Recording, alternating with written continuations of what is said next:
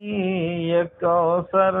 کی گلیاں، وہ گلیاں جہاں نور ہی نور ہر۔ الحمد للہ وکفی وسلام علی عبادہ الذین اصطفی، اما بعد، فقد قال اللہ تبارک وتعالی: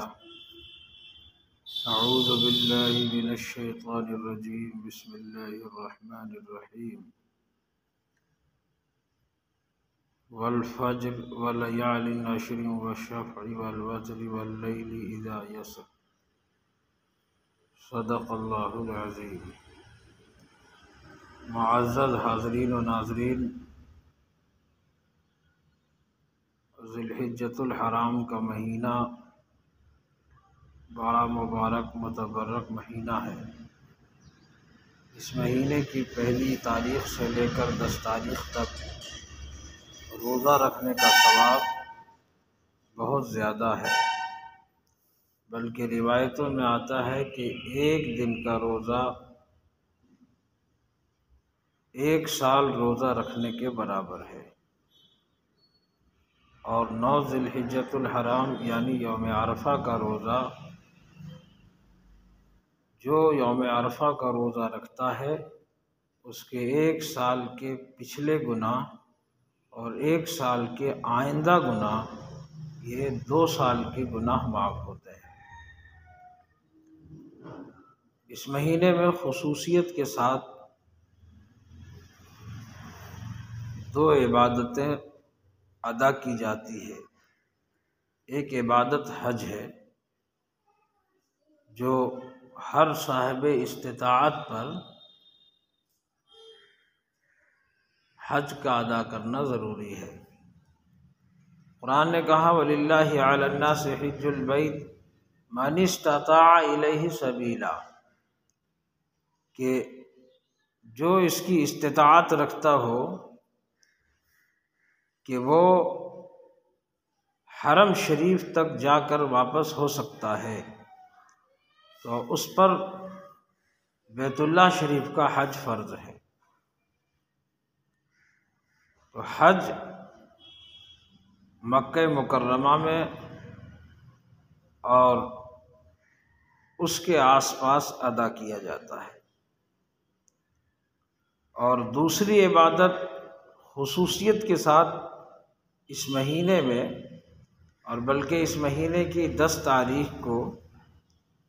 قربانی کی عبادت ہے۔ حدیث میں اللہ کے نبی صلی اللہ علیہ وسلم کا یہ ارشاد ہے کہ ان ایام میں، یعنی جن دنوں میں قربانی ہوتی ہے، ان دنوں میں اللہ تبارک و تعالیٰ کے نزدیک قربانی یعنی جانور ذبح کرنے سے زیادہ افضل کوئی عمل نہیں ہے۔ اس لیے ہم مسلمانوں میں سے جن کو اللہ تعالیٰ نے حیثیت عطا کی ہے، انہیں قربانی کرانی چاہیے اپنے طرف سے۔ اس مہینے میں خصوصیت کے ساتھ جو لوگ حج پر نہیں جا سکے، اللہ تعالیٰ نے انہیں موقع عطا نہیں کیا، تو کچھ ایسی عبادتیں یا ایسا طرز ہے کہ جس طرز کو اگر اپنا لیا جائے تو مکمل تو نہیں لیکن اس کی شباہت پیدا ہو جاتی ہے۔ مثلاً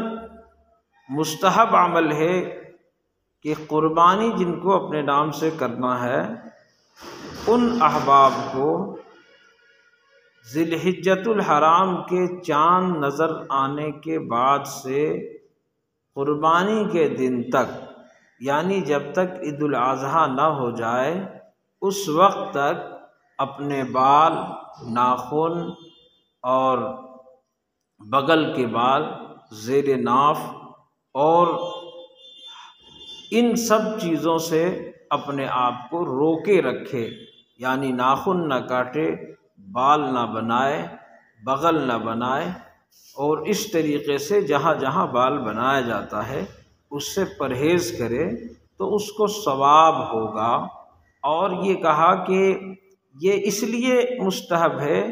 کہ چونکہ حاجی حالت احرام میں نہ بال ترشواتا ہے، نہ بغل کے بال بنواتا ہے، نہ ناخن کاٹتا ہے، تو ایک حیت پیدا ہو جائے، ایک شباہت پیدا ہو جائے کہ اے پروردگار ہم وہاں تو نہیں جا سکے لیکن ان جیسا بننے کی کوشش کر رہے ہیں۔ مگر اس میں ہمارے سماج میں اور ہمارے معاشرے میں لوگ افراط تفریط کے شکار ہیں۔ اولاً یہ کہ یہ ایک مستحب عمل ہے، اس کے کرنے والے کو ثواب ہوگا، نہیں کرنے والے کو کوئی گناہ نہیں ہوگا، وہ مجرم نہیں ہے اور اس کو شریعت کی نظر میں مجرم نہیں گردانا جائے گا۔ اس لیے کسی بھی آدمی کو ایسے لوگوں پر کہ جو چاند نظر آنے کے بعد بال بنوا رہے ہو، ناخن کاٹ لیا ہو، تو وہ معتوب نہ کیا جائے، وہ عیب کی بات نہیں ہے۔ ایک مستحب عمل کو ترک کیا اس نے، اس کے علاوہ کچھ بھی نہیں ہوا کہ شریعت میں اس کی پکڑ ہوگی یا وہ گنہگار ہوگا، ایسا بالکل ہی نہیں ہے۔ ہمارے سماج میں ترجیحات تبدیل ہو گئیں، ترجیحات بدل گئیں، جس کی وجہ سے ہم مسنون عمل کو تھوڑی زیادہ اہمیت دے دیتے ہیں، حالانکہ یہی آدمی جو بال بنوا رہا ہے اور جس کی طرف حیرت کی نگاہ سے ہم دیکھ رہے ہیں، تعجب کر رہے ہیں اور یہ کہتے ہیں کہ قربانی کا چاند نظر آ گیا اور تم بال بنوا رہے ہو، حالانکہ یہی شخص ہے جو فرض نمازوں کو ترک کر دیتا ہے، فرائض کو چھوڑ دیتا ہے، واجبات کو ترک کر دیتا ہے، نمازیں ادا نہیں کرتا۔ اللہ کے نبی صلی اللہ علیہ وسلم اور تمام انبیاء کی مشترکہ سنت داڑھی ترشواتا ہے، داڑھی صاف کرتا ہے، لیکن کوئی حیرت سے نہیں دیکھتا، اس لیے کہ ہمارے اندر اہمیت ان چیزوں سے زیادہ مستحبات کی اہمیت آ گئی، اس لیے ہم حیرت کی نگاہ سے دیکھتے ہیں، حالانکہ نہ وہ قابل تنقید ہے، نہ مجرم ہے، نہ اس کی پکڑ ہوگی، اس نے بس یہ عمل کیا کہ مستحب کو ترک کر دیا۔ اس لیے ہم تمام لوگوں کو سماج میں اپنی ترجیحات تبدیل کرنی چاہیے۔ مستحبات پر عمل قابل مبارکباد ہے کہ جو لوگ اس پر بھی عمل کر رہے ہیں، فرائض بھی ادا کر رہے ہیں اور نوافل بھی ادا کرتے ہیں، مستحبات پر بھی عمل کرتے ہیں، یہ بڑی اچھی بات ہے، اس سے دلوں کے اندر نورانیت پیدا ہوتی ہے۔ مگر مستحبات کو ترک کرنے والا وہ مجرم نہیں ہے، وہ محروم کہا جا سکتا ہے کہ نیکیوں سے یہ محروم ہو گیا، سنتوں سے محروم ہو گیا، ثواب سے محروم ہو گیا، ورنہ وہ مجرم نہیں ہے۔ تو اس کی طرف سماج کے لوگوں کو اور سوسائٹی کے لوگوں کو، ہم کو اور آپ کو توجہ دینی چاہیے کہ یہ حیرت کی بات نہیں ہے۔ دوسرا مسئلہ یہ ہے کہ وہی شخص جو بال داڑھی اور ناخن ترشوانے کی بات ہے، اللہ کے نبی صلی اللہ علیہ وسلم نے اسے مستحب قرار دیا، مگر علماء یہ لکھتے ہیں کہ اگر وہ 40 دن سے زائد ہو گئے ہیں اور زیر ناف صاف نہیں کیا، بغل صاف نہیں کیا، بال نہیں بنوایا، ناخن نہیں ترشوایا اور 40 دن سے زائد ہو گئے اور چاند نظر آ گیا، تو اب اس کے اوپر یہ واجب ہے کہ اپنے بال کو بنوائے، اگر نہیں بنواتا ہے تو وہ گنہگار ہوگا۔ اس لیے یہ دن جو ایام ہیں ذی الحجۃ الحرام کے، جو عشرہ ہے ذی الحجۃ الحرام کا، یہ پہلا عشرہ جس میں اللہ تبارک و تعالیٰ نے جس کی اہمیت قرآن میں قسم کھا کر بیان کی ہے، والفجر ولیال عشر والشفع والوتر واللیل اذا یسر، فجر کے وقت کی قسم ہے اور 10 راتوں کی قسم ہے اور جفت کی قسم ہے اور طاق کی قسم ہے۔ اللہ تبارک و تعالیٰ یہ قسمیں اس لیے کھا رہا ہے۔ علماء بیان کرتے ہیں کہ فجر سے مراد عرفہ کے دن کا فجر یا عید الاضحیٰ کے دن کا فجر، اور 10 راتوں سے مراد 1 ذی الحجۃ الحرام سے لے کر کے 10 ذی الحجۃ الحرام تک کی راتیں ہیں کہ ان راتوں میں جو عبادت کرے گا، روزہ رکھنے والے کو 1 سال کا ثواب، دن میں روزہ رکھے تو 1 سال، 1 دن کا روزہ رکھنے کا ثواب 1 سال کا ثواب ہوگا۔ اور جو رات کو عبادت کرے تو اسے ایسی عبادت کا ثواب ملے گا کہ جیسے اس نے شب قدر میں عبادت کی ہے۔ مگر یہ رات ہے، یہ راتیں ہیں، مبارک راتیں ہیں اور مبارک دن ہیں۔ ان راتوں میں اور ان دنوں میں جو نیکی کرے گا تو نیکیوں کا اجر بڑھا دیا گیا، اور جو شخص گناہ کرے گا تو گناہوں میں اس کا اضافہ ہوگا، گناہوں کی پکڑ بھی بڑھا دی گئی ہے۔ اس گناہ کرنے پر جو عذاب ہے اور جو سزائیں ہیں، اس کے نام اعمال میں جو گناہ لکھے جا رہے ہیں تو یہ گناہوں میں بھی اضافہ ہو جاتا ہے۔ اس لیے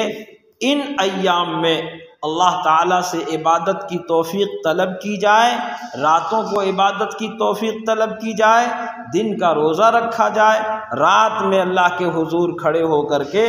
اور اللہ تبارک و تعالیٰ کے سامنے مناجات کیا جائے، آہوزاری کی جائے۔ یہ مبارک راتیں مسعود گھڑیاں ہیں، اس کی قدر کر لیں اور اس کی اہمیت کو ہم سمجھ لیں، اور جو حد مقرر کیا ہے شریعت نے جن اعمال کا، ان حدود میں رہتے ہوئے ہم اللہ کی عبادت کریں، حدود سے تجاوز نہ کریں۔ اللہ تبارک و تعالیٰ کو عبادتیں کم یا زیادہ پسند نہیں ہے، بلکہ اصل عبادت وہ ہے کہ انسان اللہ کے احکام کی پیروی، حضرت محمد الرسول اللہ صلی اللہ علیہ وسلم کے سنتوں کی پیروی کر لے، یہ اصل چیز ہے۔ اللہ تعالیٰ عمل کی توفیق عطا فرمائے۔ وآخر دعوانا ان الحمد للہ رب العالمین۔ اخیر میں ایک چھوٹی سی گزارش ہے، یہ ویڈیو یوٹیوب کے ذریعے سے آپ تک پہنچ رہا ہے، آپ ہمارے چینل کو سبسکرائب کریں، بیل آئیکن کو دبائیں، آل پر پریس کریں اور نیکی کے پھیلانے میں ہماری مدد کریں۔ ویڈیو کو لائک، شیئر اور کومنٹس ضرور کریں۔ وما علینا الا البلاغ۔